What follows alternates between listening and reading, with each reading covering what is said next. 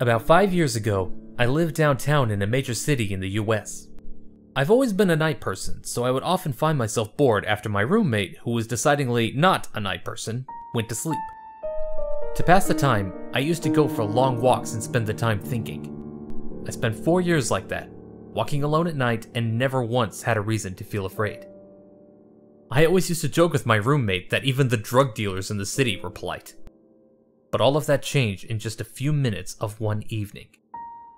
It was a Wednesday, somewhere between 1 and 2 in the morning, and I was walking near a police-patrolled park quite a ways from my apartment. It was a quiet night, even for a weeknight, with very little traffic and almost no one on foot. The park, as it was most nights, was completely empty. I turned down a short side street in order to loop back to my apartment when I first noticed him.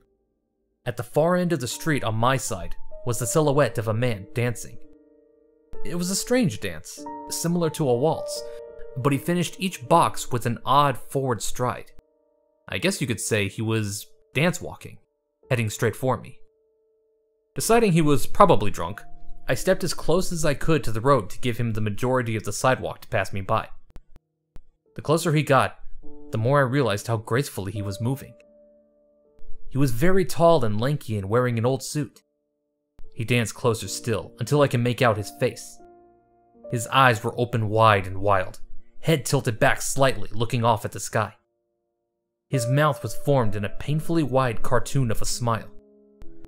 Between the eyes and the smile, I decided to cross the street before he danced any closer. I took my eyes off him to cross the empty street. As I reached the other side, I glanced back, and then stopped dead in my tracks. He had stopped dancing and was standing with one foot in the street, perfectly parallel to me. He was facing me, but still looking skyward, smile still wide on his lips. I was completely and utterly unnerved by this. I started walking again, but kept my eyes on the man. He didn't move. Once I had put about a half a block between us, I turned away from him for a moment to watch the sidewalk in front of me. The street and sidewalk ahead of me were completely empty.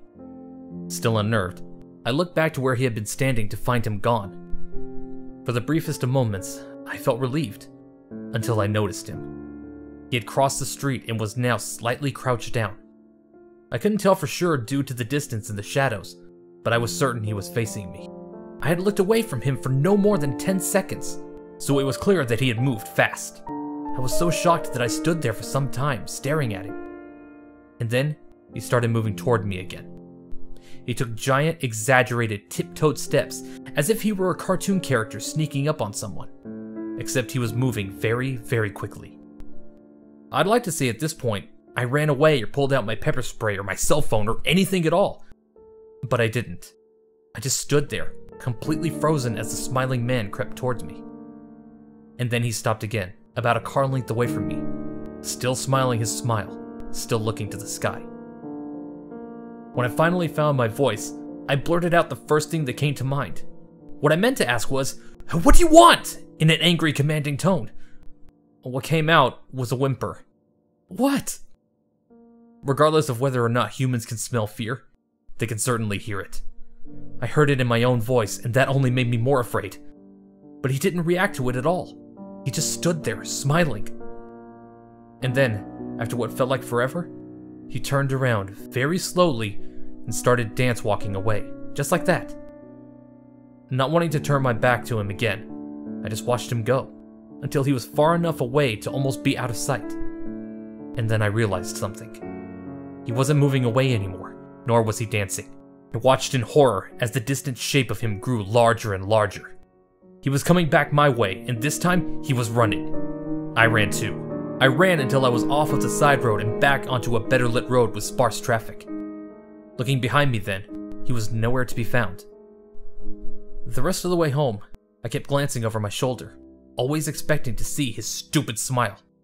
But he was never there. I lived in that city for 6 months after that night, and I never went out for another walk. There was something about his face that always haunted me. He didn't look drunk, and he didn't look high. He looked completely and utterly insane. And that's a very, very scary thing to see.